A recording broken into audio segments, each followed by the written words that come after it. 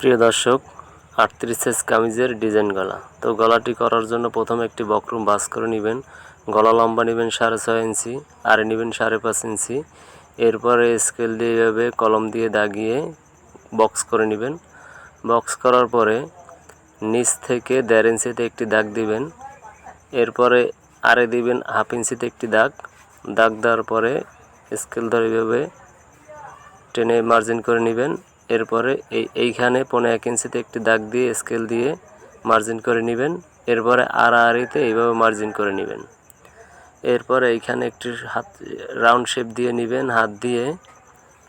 তো সাইড থেকে 1.5 ইঞ্চি 1 ইঞ্চি 1.5 ইঞ্চি যার যতটুকু ভালো লাগে ওইভাবে সাইডের জন্য বাড়তি বক্রম রাখবেন। এরপরে মার্জিনে দাগে দাগে কেটে নেবেন। নেওয়ার পরে খুব সুন্দর একটি ডিজাইন গলা হবে। তো ভিডিওটি বেশি বেশি শেয়ার করে দিন এবং লাইক কমেন্ট করুন। সেলাই কেয়ার চ্যানেল থেকে প্রতিদিন নিত্য নতুন দর্জি রিলেটিভ ভিডিও আপলোড করা হয়। আপনি যদি আমার এই ভিডিওটি ফেসবুক পেজ থেকে দেখেন তাহলে ফলো করে দিবেন এবং যদি ইউটিউব থেকে দেখেন তাহলে সাবস্ক্রাইব করে সাথে থাকবেন।